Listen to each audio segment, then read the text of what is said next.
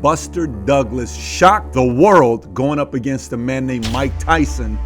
Here's a guy that could be at the top and beat anybody. So you ended up beating the guy that everybody feared. Your mother had a stroke and it passed away. Well, they didn't think it was going to be a fight. He comes in. You're looking at each other. And I tell him I'm ready to fuck something up. What was the first time he hit you? It was just like any other punch. It's only like 5'10". As it gets down, he kind of disappears. And I got relaxed that moment. Went out there and stopped fighting and looking. And then he caught me with that shot. And it was like, whoa, shit. So you go up, you fight, and all of a sudden, you knock him out. I never got a moment's rest. Don King was coming at me, guns blazing. I had to fight just to be called the heavyweight champion of the world.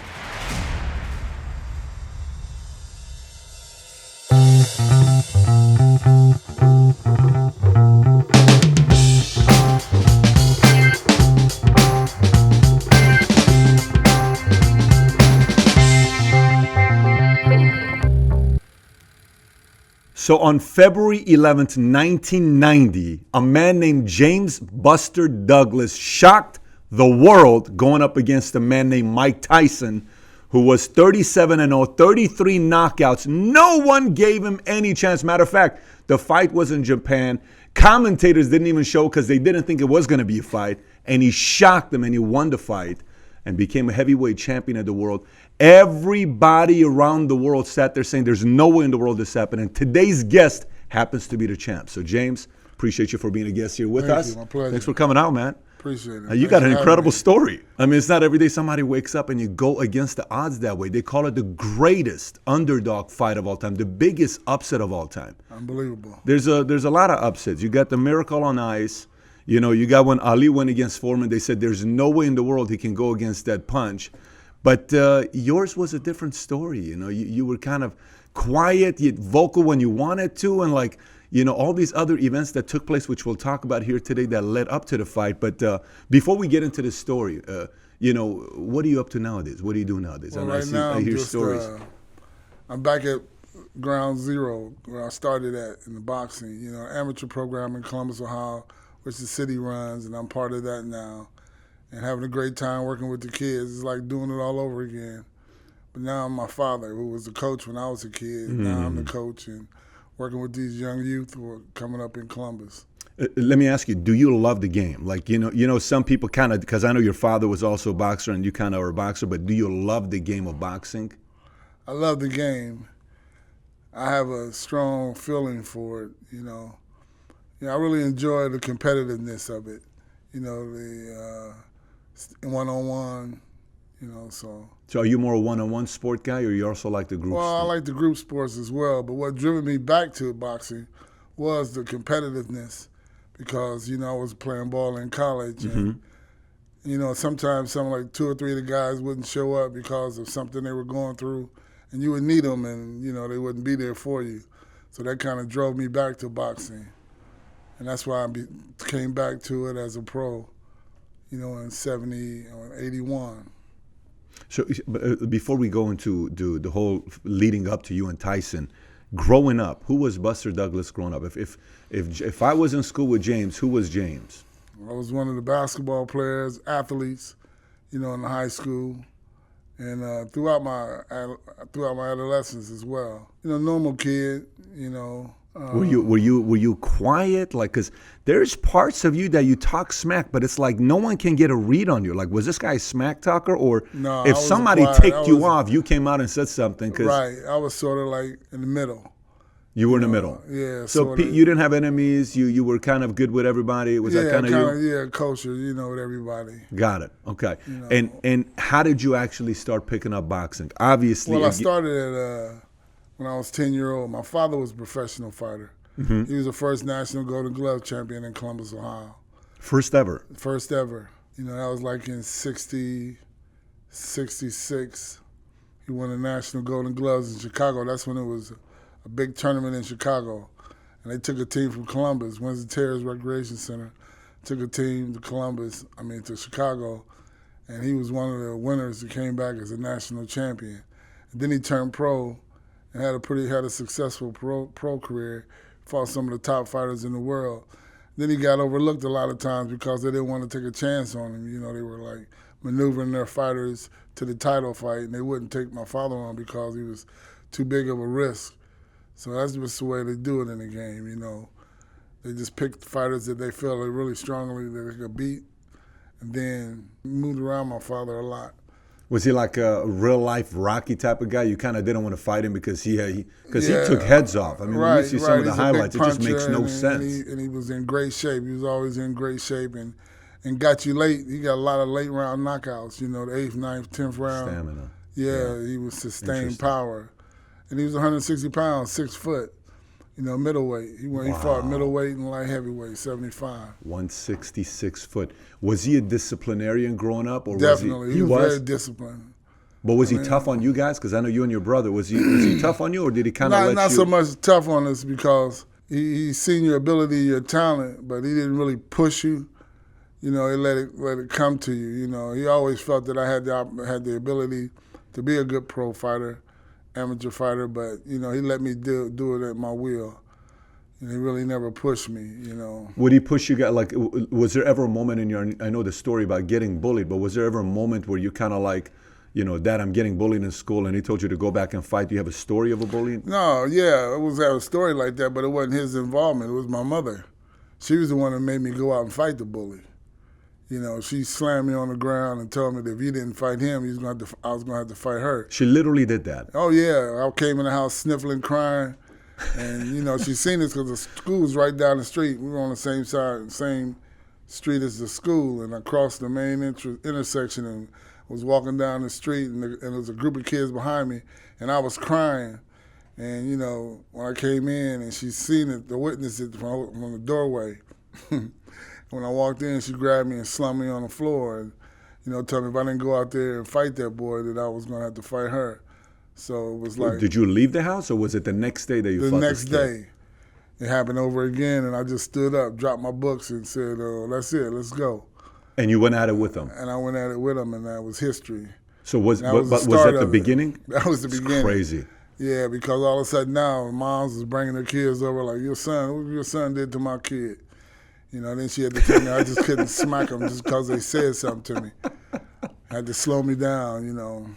Lula, right? Lula Pearl Douglas. Lula Pearl. Yeah, you watch her, the way she looks at you, man. It was like when there's, you know, some scenes of how your mom actually looks at you. You can tell, like, this woman loves this guy. She like, loved her boys. I mean, obviously, mothers love their sons, but the way she would talk about you, the way she looked at you was a whole different story. Yeah. And so mom taught you toughness. Did the technical side come from Pops? Oh, definitely. You know, hold your hands up, moving, and in the mental state as well. Well, they both had a lot to do with that, but he was the one that really put it into the ring aspect, you know, so. Would you go and watch him fight? Were you always there I with went ringside? to see him fight when later in his career, I went to Philadelphia with him when he fought Matthew Franklin, which became Matthew Saad Muhammad, world light heavyweight champion. And I was at that fight when they fought at the Spectrum. And I also went to the fight when he fought Tom the Bomb Bethea in New York, in the Garden, main event. You know, he was a main event fighter, man. And he always fought on the road. And he always went to the backyard of other fighters. He didn't care. What do you mean he always went to the backyard? Well, you know, he went to their turf. Oh, to them. He went to them. You know, it wasn't like it was neutral zone. It was like he didn't matter. He'd go right in your backyard and fight you. Let me ask you, was Bill, your grandfather, is there a lineage of boxing, or no, he's the first one that picked it up? I think my grandfather fought in the Navy. You know, he fought as an amateur in the Navy, and that's where my father picked it up from. And then I just picked it up from my dad, so. So it's almost like he was obviously living through you, seeing what you were doing, you know, what you ended up doing. Oh, definitely, because he turned me pro. You know, I think I had my first 20 or so fights was with my dad as a pro, and then after that I got involved with John Johnson, and that's where we just really took off and started to make big waves. And John Johnson, by the way, John Johnson, he's got a personality of his own. Is he always like that? Is he always flamboyant, loud, you know, always cursing? I mean, you watch him, you're like, he needs a reality TV show himself because he's so interesting just listening to him. But let me ask you, James, would you say you were a classic story of a guy who had abilities but he needed somebody that got the best out of him, and he was able to do it with you. Is that what it was with you? Because it almost like when you follow your career, here's a guy that could be at the top and beat anybody. Right. You could beat anybody. Obviously, you ended up beating the guy that everybody feared. You didn't just beat anybody. You beat the guy. Well, I beat some guys leading up to that too. Now, I wasn't just given to me. No, you were not. There's a list of guys you went through. Get into the top 10, and I fought some top competitors because we're all in line to get a shot at the title. Yeah. So you had to beat one another to come out on top to see who was going to become the number 1, number 2 contender. Yep. So, I think you were ranked 4th when you fought Tyson. Number 2. Oh, you were 2 when you fought Tyson. I was 4th in one. It was like 3 bodies, 3 sanctioning bodies. Got it. I was 2, 3, and 4. Got it. So you were up. You were the guy that everybody. Oh man, it was like I deserved a shot because it wasn't like I was walking down the street. And I always say this: Don King was driving down the avenue and see me. Hey, big guy, you want to fight for the title tonight? I earned that shot. Well, Don King was also not a big supporter of you. He was, but he wasn't. It would almost seem like he was a critic. No, I was just a body for him. He was just, that's what it sounded like. By that time, Tyson was well proven that he was legitimate. And so I was just a sacrificial lamb, basically. But you messed him up. Like you right, publicly. I kind of messed the plan Yes, up. You did. Yeah. You messed the plan up because that could have been a moneymaker for many, many years to come. Oh, yeah. Sure. It's almost like you took his confidence away because his invincibility left. Because, it's a different story when you have a guy comes up. I think Ali lost 6 fights. I want to say he ended up being like 50-something and 6. So he had a few fights he lost. Foreman lost. Holyfield lost. A lot of these guys lost. But the way Tyson was coming up, it was invincible. It's like perfection. You didn't foresee anybody in the very near future to beat him. No way. So, and that puts a kind of pressure of perfection where, when a person everybody's telling him he's perfect, when he loses, how do you believe the people that are telling you you're still perfect? I'm not perfect. I lost. So Mayweather, say he has an undefeated career, and he talks about I'm the only guy that's beat Rocky Marciano, whatever, the record that he owns for being undefeated. Right. But it's a different story with what you did with Tyson. But the question I wanted to ask is, how much of a role was it you finding somebody that got the best out of you? Well, getting with John was a big part of that because, I think we kind of connected. We believed I believed in him and he believed in me, and I seen that he was definitely out to be a winner. And he brought that spirit to the partnership. Because he was a Woody Hayes guy, and he wasn't having it. Either you're going to do this right or we're not going to do it at all. How did he talk to you one-on-one? What was his language like? For the most part, it was straight up, just conversation. But you seen the sincerity in his eyes and his voice. But sometimes he could get real nasty and mean. But it was very few times he did that. But he did. When he knew he did that, he was at his end. How nasty? Like he gets pretty retarded, Like okay, got it. So no limit. Stuff, throwing stuff and in front of you, right? And he was upset. Did you react to that? Did that kind of make? I knew that it was legitimate. That he really meant what he's saying. He was expressing how sincere he was, and that that he wasn't. He was just tired of the BS at times, So this and a lot of it wasn't directed at me. It was just that some of the things that we had to go through to get to that point, because of the negotiations, for example, between him and the promoter. But was he ever like, you look at coaches and players, right? You look at Tyson, the relationship he had with Cuss. You look at all these guys, the relationship they have with somebody that comes in that just knows how to get through them, right? Right. Would you say that was the case with him? That was it. That was John. Yeah. And what was the entrance to you? Was it through your heart? Was it through here? Was it through belief? Was it through? Well, it was through my heart and as well as my mind. It was like I seen the sincerity. I felt he really meant it and he believed in me. And then the things that I've noticed that he had to go through to get certain things for me, that when nobody believed in me, I seen the sincerity in it. It was just that, you seen the desire and the will, and sometimes it wouldn't work out, and he would be upset. And, What was it, negative motivation or positive motivation? Both. For the most part, it was positive. But what I'm saying is like, hey, I don't think you really want it. I don't think this. Do you really want to be the champ? Like, was it like that, or? Yeah, he did that. That made me laugh because that was kind of, humorous. So that doesn't do nothing to you, right? But on the other hand, it was just, where he would just be talking and, I would see that it was just genuine. But he'd kick up a fuss. He kick up a fuss. Yeah, he would. Yeah. Interesting. So who was on your team? Because I know it was him. It was your uncle, the assistant. Who was your team? It was John Johnson, J.D. McCauley, and John Russell. What role did each play with you? John Johnson was the manager, and J.D. and John Russell were the trainers. Really, John Russell was the trainer. J.D. was he got me up every morning to run, and he would talk to me spiritually in the morning and throughout my career. Once we got together, he knew that he wouldn't be doing this if he didn't believe in me or knew that I could do it. I knew you got the ability to do this, but I said, you just got to maintain your focus and put the effort in, and it's going to happen for you. Because we get up at 5:30 in the morning, and run, and then in mornings his wife would be there, Aunt Betty would be there, driving the car, having the lights on us while we're running down the street. Wow. So it was a task, but we did it, man. And I'm telling you, it was, in the wintertime when the snow was, everybody else was told to stay in the house, because the weather's severe, below zero weather, and we'd be out there running. Oh, I seen you running with snow on your face. Yeah, and that was like the best time. Some of my best times, and best moments on the run, too.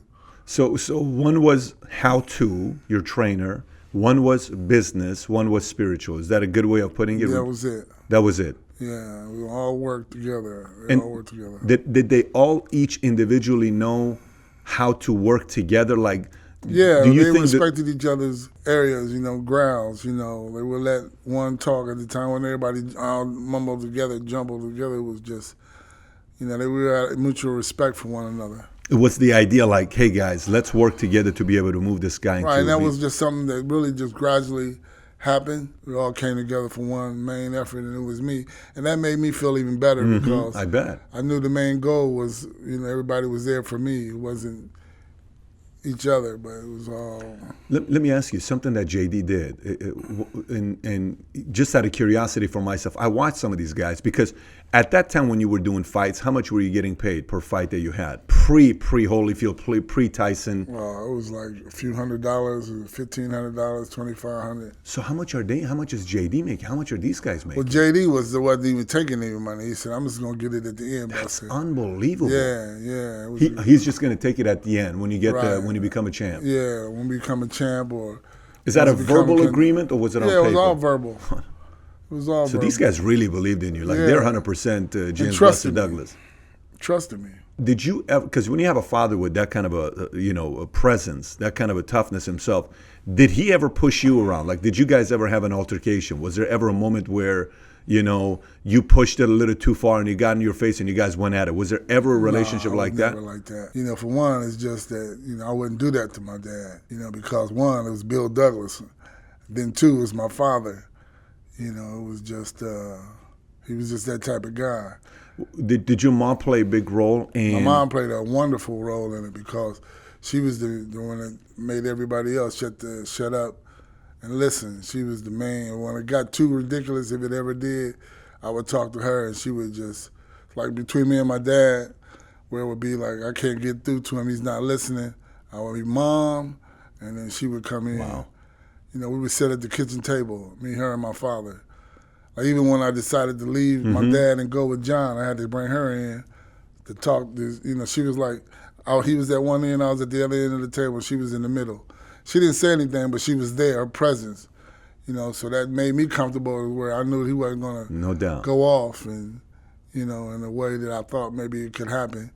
But, everything worked out great, so. And obviously, in this case, for it to be that effective, your dad had a lot of respect for your mom. Oh, most definitely. Was it love? Was it pure love? Did you feel pure the love? He loved her. He loved her with no doubt. Yeah, that's obvious because he could have easily been an aggressive, crossing the line type of guy. Because a lot of times boxers have that kind of a reputation. Right, and he was known for that. He was known for that. See, because he would, he had a strong personality. Did he have a temper as well, or not a temper? Yeah, he had it all, man. He was a killer, man. Except with you guys in the family. Yeah, and that's what it was. It was so nice because he was silly with us as growing up. He was a comedian, but once he walked out that door, it was like he transformed. Wow. You know, nobody never got Wow. to see that side of my father. Did you ever see him get into a street fight or no? No, he never got into a street fight. Was he that known where people knew, listen, I'm just not going to cross the line with this. I'm they not knew touching Bill this guy. He's going to kill Dynamite. me. Yeah, his boys all know him, Dynamite. And then the one that really knew him called him Grass Man. See, that goes back to high school when he ran track. He ate before a track meet and was running and got sick and went out in the field, the football field, and and started throwing up. And that's where he got the nickname Grass Man. Wow, unbelievable. Was your dad a man of faith, or was he more just a disciplined military, like the extremely hardworking guy? Was he extremely hardworking guy? Hardworking guy. Got it. Yeah. Got it. So you transitioned to the story about you going home and sitting down with your mom and your dad. That's post Tucker fight, right? I think it's right after. Right. Well, that was when Johnny and I had just gotten together, and we were just making our plans and doing what we were doing to, transitioning to becoming a team. And, my dad was, calling him, telling him that, messing with one man's family is not good. And then John immediately wanted to shut it down, where it wasn't even going to go because he was afraid of my father because, he felt. What do you mean messing with one man's family? I don't understand. Well, it was like, because that's when I told my dad that I was going to start working with John. Is this pre-Tucker or post-Tucker? This is pre-Tucker. Pre-Tucker. This is when the beginning, when John and I got together, after probably, 84. And when we were just getting together, I told my dad that I was going to go another direction, that I would no longer need him to direct my career. I was going to let John Johnson do it. Was Tucker like at that time, if you had to pick a name, so, some folks watching this, they don't know who Tucker was at the time. Who was Tucker when you went against him? He was the number one contender in the heavyweight division in the IBF. And at that time, I was the number 2 heavyweight contender. Larry Holmes was supposed to fight somebody and didn't want to fight him, and then they stripped him of that IBF belt. So they had the number 1, number 2 contender fight for the title. Got it. And that was Tucker and I. So and you had him. I mean, yeah, I was winning. I was doing really well in the fight. But see, my dad was involved at that time, and it was a pretty tough training experience because he would come to the gym and wouldn't allow nobody to say anything, but he was like chief trainer, and he'd say something, and then like JD would say something, and then Dad would say, "Will you be quiet?" And then they'd be like arguing with each other. So that was a tough training experience. That wasn't a comfortable. How much of it was? I know he went into the fight wearing his shirt name. There's a scene with him wearing Bill Douglas' shirt, right? Right. Everybody else had James Douglas. Yeah, everybody. Bill Douglas. How much of that was for you to kind of be like, listen, See, I understood that. That didn't bother you at all? No, that didn't bother me at all. That was just my dad. You knew him already, too. Right, yeah, I was aware of that, but everybody else was like, whoa, And I didn't really come out until after the fight, so, but that was just my dad. That was just him. So that didn't bother you at all? No, that didn't bother me. The only thing that bothered me about the situation was that he wouldn't get along. He wouldn't conform and relax and let people be themselves. He had a real tense. Everybody was scared to say anything because they thought they would get popped or something, Yeah, because his presence was that strong. So when you had the conversation with Pops, okay, you beat Tucker, you're gonna go face off and champion the whole 9, right? So you're right there. But then this happens, I think 10th round or whatever happens, you lose the fight, and then post you go have the conversation with your mom and your dad. You have to sit down, and then immediately what happened after that? I had to go back to the drawing board and start over again because at that time, that's one of the times Don was really backing me, was pushing me to win this fight. Then I ended up coming up short, and then, it was kind of like threw me to the wayside. I was just a pawn now. But your trainers were still loyal to you. Oh, yeah, they were loyal. They knew that I had the ability to do it and that it was just everything had to be right, which it has to be. To go out there and put it together and do the things to do to be champion or win. Post-Tucker, you go on a win streak. Right. A legitimate win streak. 6-fight win streak. Yeah, 6 fight. And so who was the 6th fight before Tyson? Oliver McCall. So you go through It was between Oliver McCall and Mike Williams because they both were top contenders, and I had to fight both of them. You went through both of them? I went through both of them. How intense was your training at this time? It was great. Everything was going along. The training was good. The day, everybody mentally was focused and comfortable. It was just everybody was relaxed. We just got busy. Had no distractions.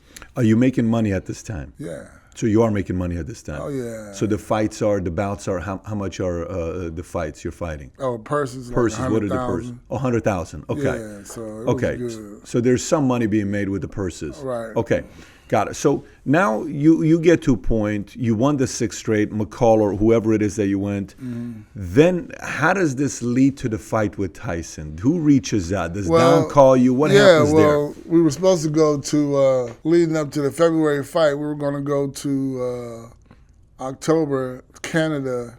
Tyson was going to defend his title against Razor Ruddock. And we were training because we were going to fight on the undercard. And that fight fell through. So then they moved on to the next. They came back probably a month later and said, well, we're going to fight in February.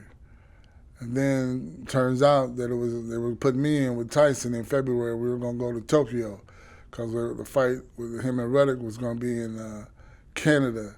But like I said, that fight fell through. So then the next fight was me fighting Tyson in Tokyo. So you get the call. Is this like... Right. John gets the call, comes to the gym and said, we're next. We got our shot. What was the reaction when you heard that? It was great. It was like, upbeat. And everybody was happy about it. Then it was like Tokyo, because nobody here in the United States didn't want to fight. So we had to just take it over to Tokyo. James, I've heard a lot of different reasons why they went to Tokyo. What is your assertion on why they went to Tokyo? Well, they didn't think it was going to be a fight. They thought it was going to be a quick one. Like, they couldn't sell it. It's a hard sell.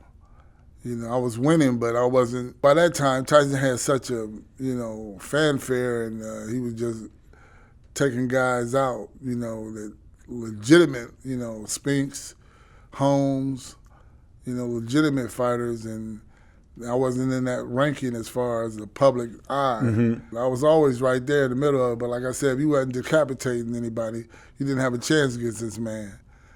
You didn't, wasn't hitting people with one punch and knocking them out. When the call was made and he comes to you and tells you, listen, we are next, was there a sense of enthusiasm, anxiety? What was the emotions? I mean, or was it like, okay, it's good, it's here? The smile says a story right there. So what did you think when he said that to you? I thought it was good, but I know the reaction to everybody in the family, like, oh my God. Yes. My mom was getting phone calls and like, Lula, like, is this happening? Is this true?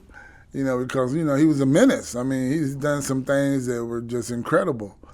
People that you thought was going to really compete with him, he would just blow them out. Mm. So, were you at all afraid? No, I was there. I fought under 6 undercards, and I co-featured a couple of them, meaning I fought before he fought, and, was successful. But like I said, it was like if you wasn't really, bodily breaking bones or something, you wasn't even considered to have a chance against this man because he was just like a Terminator. So what the story is the day he won, right before you won a fight as well in 7th round, and everybody was kind of saying, wow, listen, Tyson did win, but let me tell you, here's what happened also with James Buster Douglas. He won a fight the same exact day that he had to fight. Different places, but you won the same fight. No, on same the exact place? Undercard. Yeah. Got it. So you still had a talk, like some of the guys that were in the world were saying, this guy's kind of trying to make a climb to get the fight. Right. So now you get the fight. Okay, so the fight's taking place. You guys got to go to Tokyo. Did you do most of your training here pre-Tokyo? I did it here. You did all the training here? I had to go to Tokyo. We had to be there 2 weeks before. That was the only training I did in Tokyo was the 2 weeks before the fight. And really it was like a week. So that week before the fight, then that week of the fight is just basically public workouts, press conferences, it's just cool down period.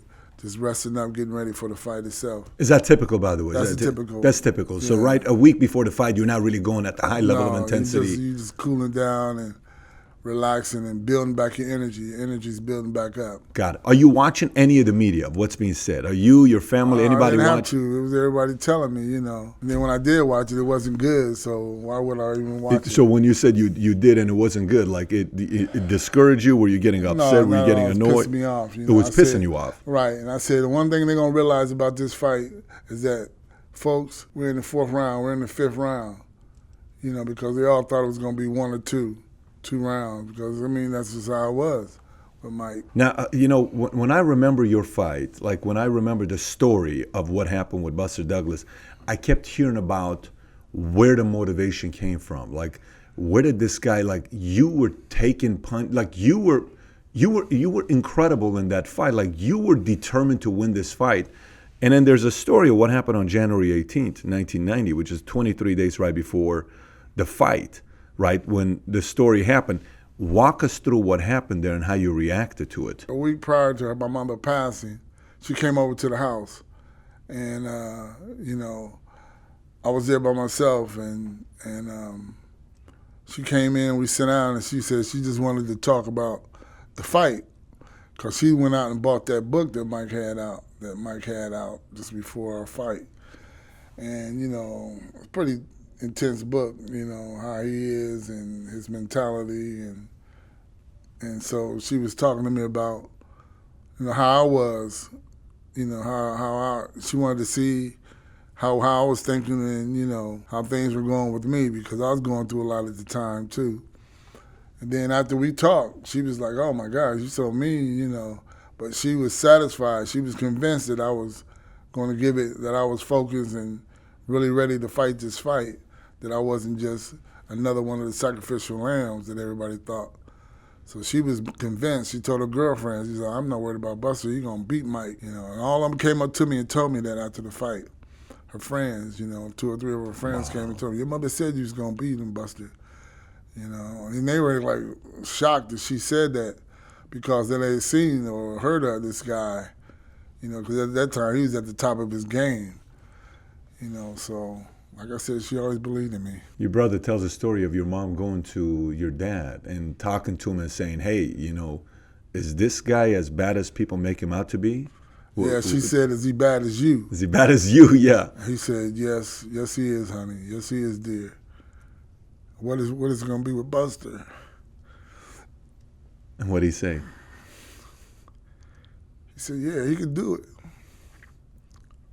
Wow. So who called you when the event happened with your mom? JD. JD called.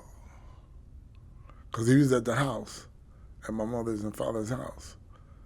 Then when I got over there, he was outside, because he didn't want to go in the house because him and my dad was on edge. So I went and talked to him. Went in there and seen her. And when I came in the house, they were taking her out on the gurney. That's the first thing you saw when you came in the house? No, the first thing was my father. Then when I went back, I walked in with my brother Bill. Then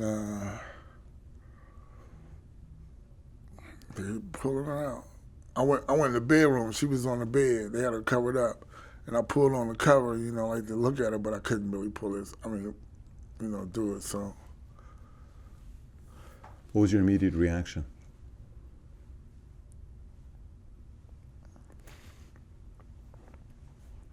That was my mom.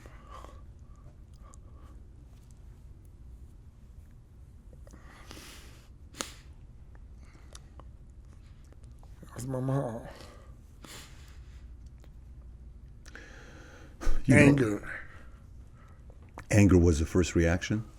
Yeah, I was pissed, because I was going to do so much for her. I got it. So you were looking forward to giving for all these years. Oh, yeah. So I was taking care of her, Got it. But this was the payday. This is it. I knew I was going to win. I knew I felt strong, felt good about it. But I knew that I had to stay strong. That just made it even more intense. Was everybody coming to you saying, hey, James, this is you may want to postpone the fight. This may be not. JD asked me, he said, well, what do you want to do? I said, I'm going to fight. I'm going to fight this fight. This ain't, it just made it even more intense. The determination level go to a whole different level immediately? It was already, it couldn't go no higher, but it went higher, it was there the whole time, because I was in great shape. I was ready to fight 4 weeks outside. I was ready to go. Had a great training. That just made it even more, it just brought it even together even more. The next 23 days, like Was every training and everything you did, was your mom on your mind the entire time while you were going through training? Mostly before and after. But once I was in the gym, I was focused on what I was doing. But then afterward, it was the downtime that was, kind of tough. So the downtime, were you up, you were down, were you kind of like trying to I'd say almost... the downtime is when it's like no training, just relaxing. Right. But the downtime, were you trying to figure out a way to hold it all together, or? No, I was ready. I just break down sometime by myself. But it just encouraged me even more. That like I'm gonna bust this dude up. When it was coming to the fight, did the media know that this your mother had a stroke and it passed away, or the media? Yeah, everybody knew about it. Yeah, that's when it really looked bad for me, in their eyes. Now how can he compete with his mother just passing? So it really didn't look good. So they even made the odds worse to say there's no way in the world this guy can win this fight. Right. It made it even, a no contest type of situation. Wow, that's interesting. So that's even more They're fire. heartless. All they care about is the story. They don't know significance. They don't see deep into what was going on or possibilities that could happen. Even with the event, the media was being heartless with. It was just a story. That's what I said, heartless. It wasn't like any compassion about the situation. They were just wanting to get this story down no matter what. They didn't care. The main focus is Mike anyway. Leading up to the fight, any other events took place leading up to the fight, or did that 23 days go by very quickly? Yeah, I went by. It was just, same old. Outside of my mother's passing, it was just, just working out, getting ready. So fight day comes. What are you thinking? How you feeling? Feeling great. I felt real good, relaxed. I couldn't wait to get in there because I wanted to bust something up. You were that determined, I mean. Yeah. You literally couldn't wait to get in there. Yeah. Looking forward to it. Was my brother Robert was with me. He would come in and say, "Buzz, what's up, man? How you feeling?" Then I'd tell him, "I'm ready to fuck something up." And he'd be like, he started laughing and stuff. "All right then, my man." Was your dad at the fight as well? No, it was just Robert. Robert the only one who went over with me, and then the rest of my family, John Johnson's wife, his son, and JD's wife came over. I don't know, I think Aunt Betty was there. So you're walking into the ring. You enter the ring. Couldn't wait to get there. So you're in. He comes in. You're looking at each other. No, I wasn't even looking at him. I was just filling the ring out, making sure it's solid all the way around, and just ready to go. I felt great. In that moment, are you wanting to hurt him? Are you determined to implement what you guys have been training in your training camp? Is it just pure strategy? Put the game plan together. Go to work. How are you calming the nerves? Oh, you do that just once the bell rings. Once you get in there and you feel it, everything, that the main thing with the nerves is once you get in there, you put in the work and effort. It's nothing to be nervous about. You can lie and tell everybody you're in best training camp you done had, and you feel really good, and then get in there, and that's when all the truth comes down. You ain't ready. You've been bullshitting around. You've been faking everybody else out. Yep. And this guy looked ready. That was the last thing on my mind. I was ready. I was ready to go. So the confidence came from the level of preparation you had put in. Exactly. So fight starts. You've never felt his punch before. What was the first time he hit you when you said, I can take this, I can handle this? Was there a moment you remember, like when you took a punch? Yeah, it was just like any other punch that we had hit before. It wasn't, it was just to see his speed. And then he's only like 5'10", and, he ducks and he gets down, he kind of disappears. He makes his quick move to the left or to the right, and he's coming. And he's coming up with launching into you with hooks and right hands, and you just got to be alert. Was he the hardest hitter ever? No, never.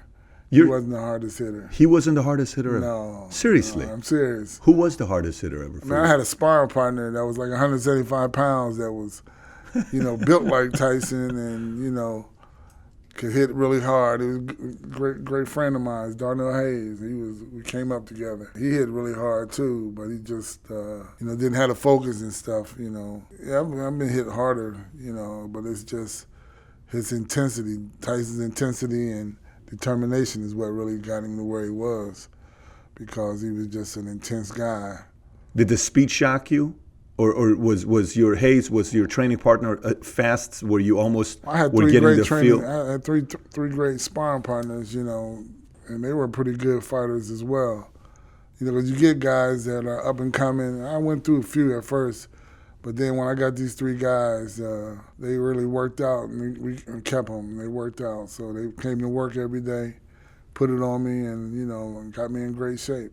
So when the fight starts and you fight him, pretty much every round you took, except for the one that I think the 8th round he took. Right. But if you went 6, 7 rounds, you're taking every one of them on points. Right.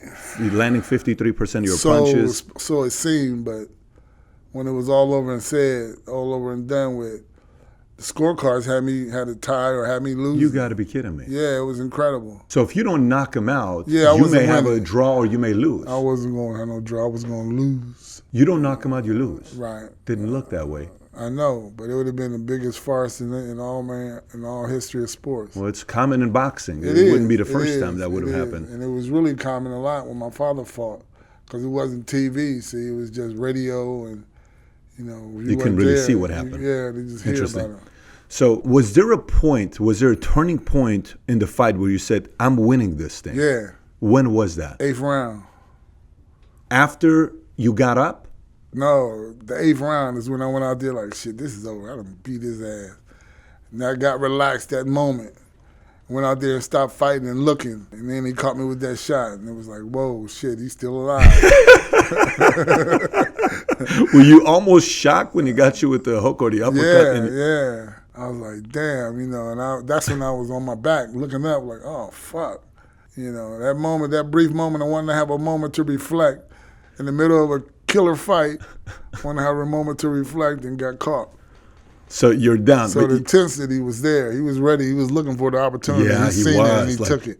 I think it almost seemed like he knew he's not going to go the whole thing. He's got to take you out. So he almost made it count, hoping you wouldn't get up. Right. And I seen when I got up, it looked at him, and the air just seemed to go right out of him like, shit, because I gave it all I had on that one. It's almost like that was the tipping point. It's interesting you're saying that. It's almost like that was a tipping point.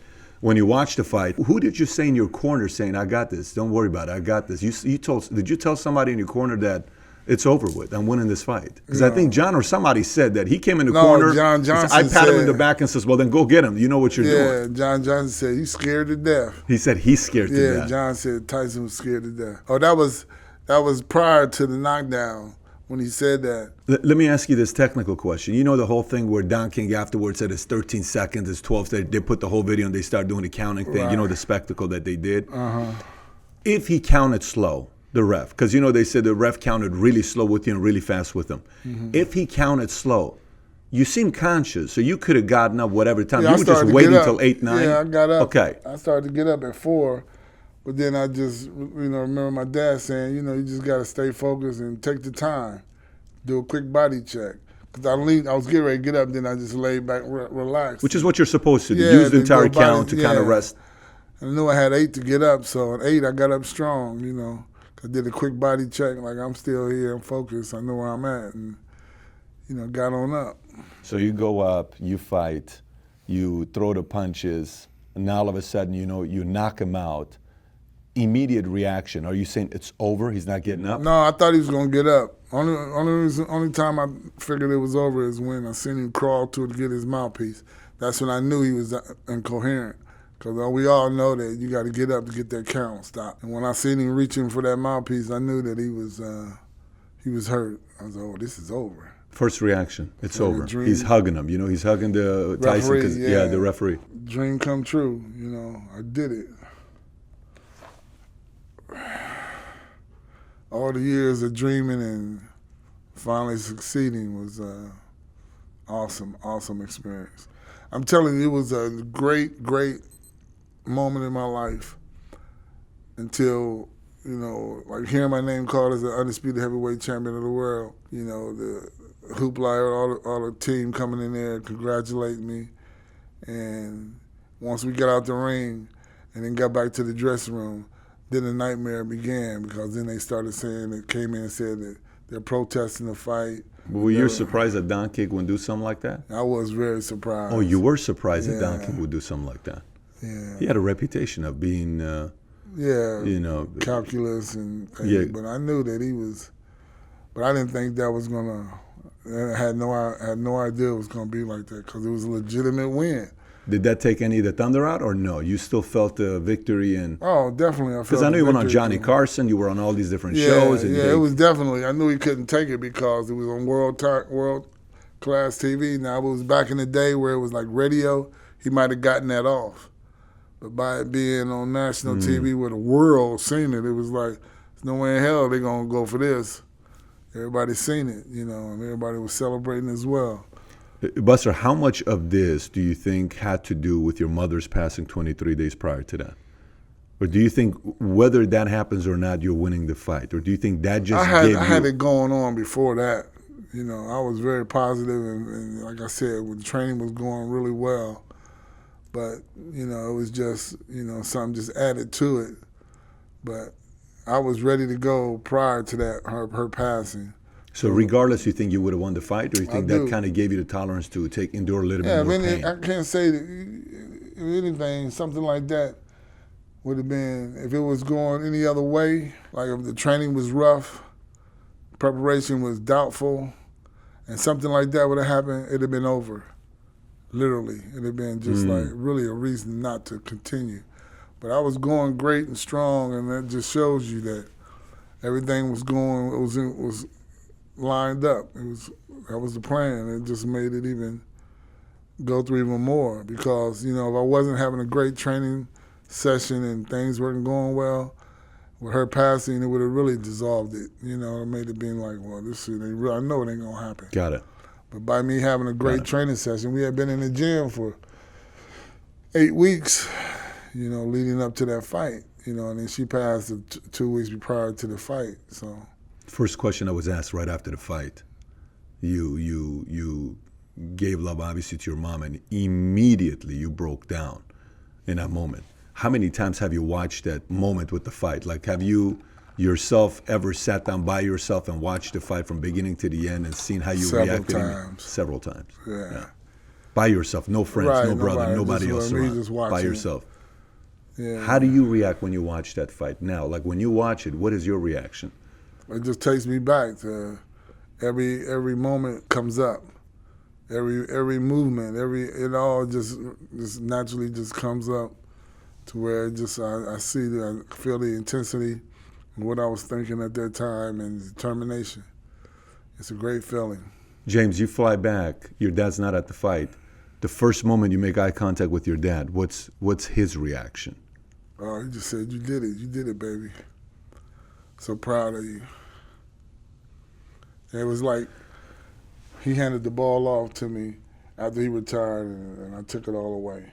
All the way to the top. I mean, you took it to the pinnacle. There's not above anything. Right. Heavyweight champion against a guy that's arguably one of the most feared boxers of all time. You know, That's right. Ali was He was up there with Sonny Liston. Exactly. That's right. Yeah, it's a whole different story with what he did. No doubt. So, how does it feel? How does it feel knowing you beat the most feared guy in the world? Like, it's great, because I always knew I had the ability to do it, and then to actually succeed at it. You know, it was just like it was meant to be. Was there ever a doubt with you, or you're not a doubt guy? Like, were you a doubt person yourself? Were you ever questioning your ability to be able to pull it off, or no? You had confidence. No, I had confidence. That's not your wiring. No. Interesting. Very interesting. Because 42-1, man. I mean, listen, when you break down math, 42-1. That's not like, you know, a 10-1. That's crazy odds. Like, there's no way that guy's going to win 10-1. 20-1, it's an insult. 42-1. Right. It's like, and don't really, even go to the fight. And really, 42-1 is basically like, let's just put it there, because that's really unbelievable type, like you said, unbelievable type odds, because it wasn't even books on it at all on the fight. That's why we were in Tokyo.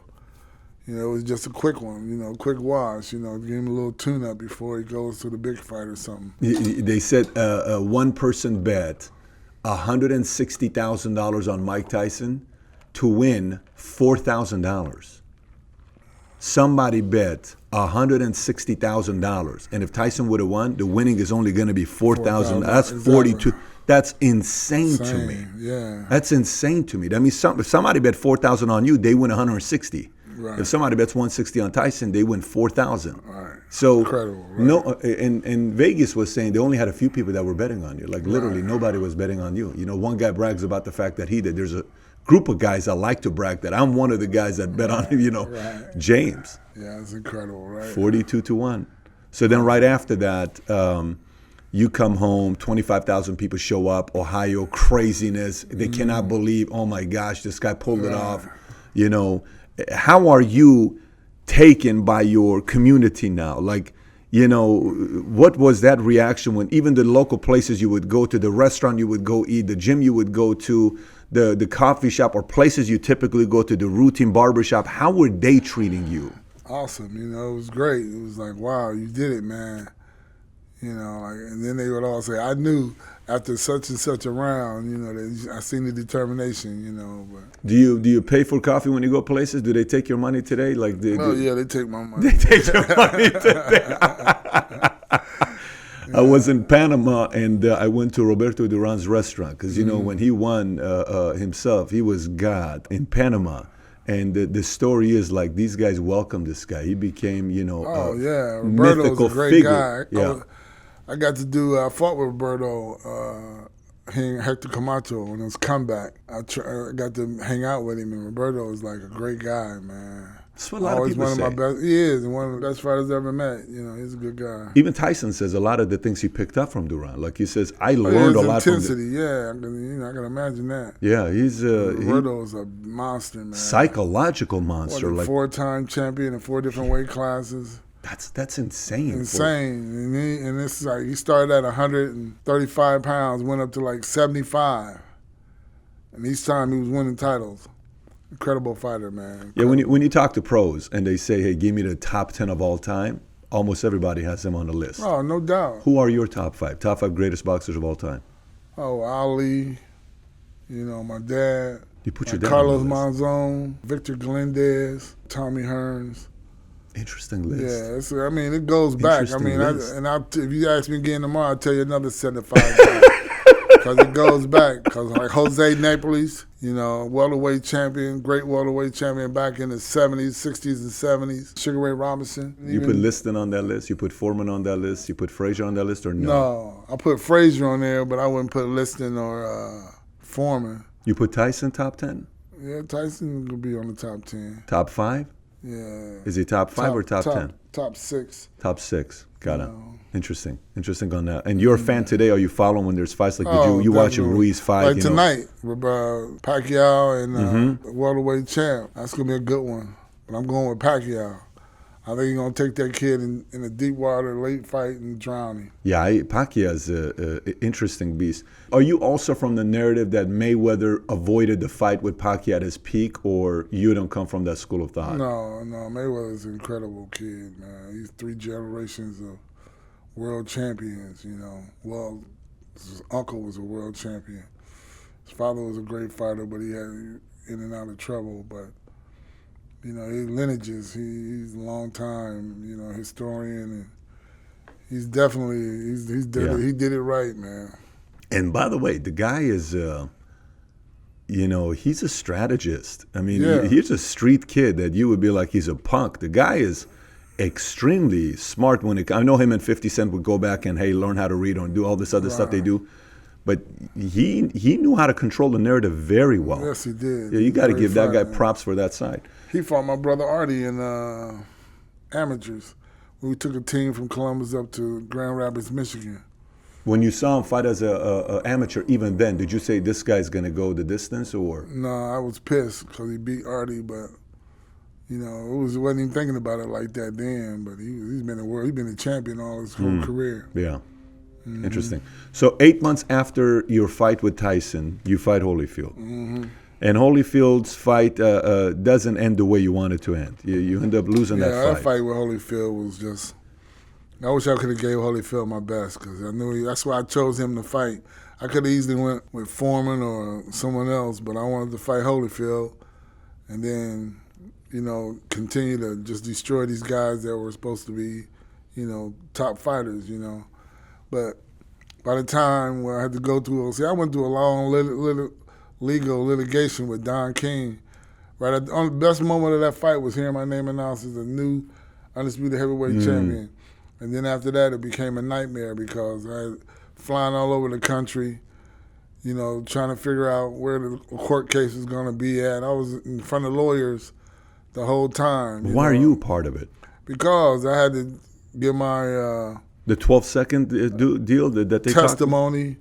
I had to call you in, a lawyer to call you in and talk to you about, what was my side of my side of the story. Mm-hmm. I was flying around state to state, But why you though? You're the fighter. Wouldn't that be the federal? Wouldn't that be the I had 3 law firms I had to start to talk to about because they didn't know if the court case was going to be in Vegas, L.A. or New York. So it was 3 law firms that I had to fly around and talk to about what happened during the fight and the lawyer, the contracts, and then it being held in New York. It became very sad and depressing. Is this all the way to your fight with Holyfield? Holyfield? Then it was 8 weeks, 10 weeks before the Holyfield fight. We settle out of court, and then it was like go right into training and prepare to defend the title. You got paid. You got a good payday with the Holyfield fight. That was pitiful because it should have been a lot more paydays. You think it should have been more than that number? Well, I'm just saying, legitimately. Continuously, or if I'd have did it like normal, well, you take a little 2 or 3 month vacation and then prepare for your next fight like any other time. But mine was nothing like that because I was in front of the lawyer. I had to fight just to be called the heavyweight champion of the world because Don King was coming at me with guns blazing. How do you feel about Don King today? Like when Not you think about good. Don King, what do you Not too think about good. him? What word comes to mind with Don? Just not too good. It's not too good because of how everything fell apart at the end. I never got a moment's rest. After when I had to defend the title, to be called the heavyweight champion. Because he made such a big fuss about it. Does he have any allies today? Like, I mean, in the boxing world, people like you. Does anybody like Don King? And I don't know. I couldn't tell you. Yeah, it's interesting to see because you hear a lot of guys tell their stories, and it's like consistent. It's not good. Yeah. No, not when it comes down to dealings with him. It's on a bad note. Yeah. And he made a few $100 million off of fighters. A lot he made obviously off of Tyson, but he made money off these different fights. Yeah, I know you got paid $24 million off the fight with Holyfield, and then right after that, you had some your health was that the whole issue. Yeah, that's when I got depressed and put on a lot of weight. Went into a diabetic coma, almost passed, and had to get through that. And then I got back on my feet, came back and started fighting again. And my real reason for that was just to get back healthy. It's been good ever since, but you did win a few again. You won in 6 out of 8 or 6, I don't know what it was. But you won six fights, yeah. Winning streak. So 6-fight winning streak. And today you're going back to, you're coaching these kids, you're working with these kids on the boxing side. Are we anytime soon going to see a movie of James Buster Douglas' story? I know Hope so. It's in the works now. I mean, you look at Cinderella Man, that's a movie. That was a great movie. That was a great movie. But that's a movie. That actually happened. It did happen, right? But we're talking. Because he was light heavyweight, became a heavyweight champ. Versus your story, though? I mean, your story, if I listen to your story is a similar type of story. Somebody's got to go out. It's a blockbuster story. Yeah. Somebody's got there and do your story. Yeah. Is there any talk? Is there anything in the works? We got several things in the works, and hopefully it's going to happen here in the very near future.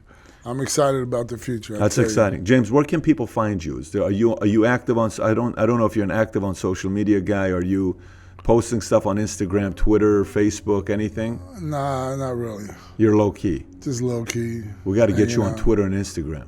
We got to get you on Twitter and Instagram so people can start hearing the stories because that'd be cool. Yeah, I think it would bring back a lot of the stories because I bet a lot more people know you and your story, and they remember what you did than you even know. I think. Oh yeah, I get fan mail and stuff, and they always still tell till me, today. Yeah, and that's pretty exciting. I enjoy getting that. Anybody I relate to you. Anybody that's an underdog that's coming up, you want to hear other stories of underdogs that overcame the odds, and 42 to 1.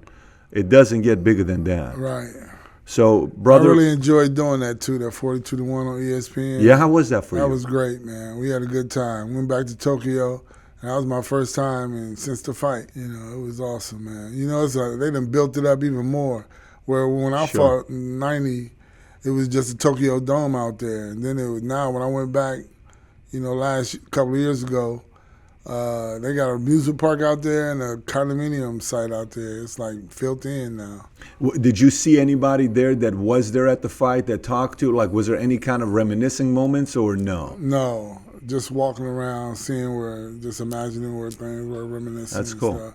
But it was a great trip. They did a great job with the documentary. They did a great Phenomenal job. I was really impressed with it. Very good job. Yeah, when I watched it, I said, you know what?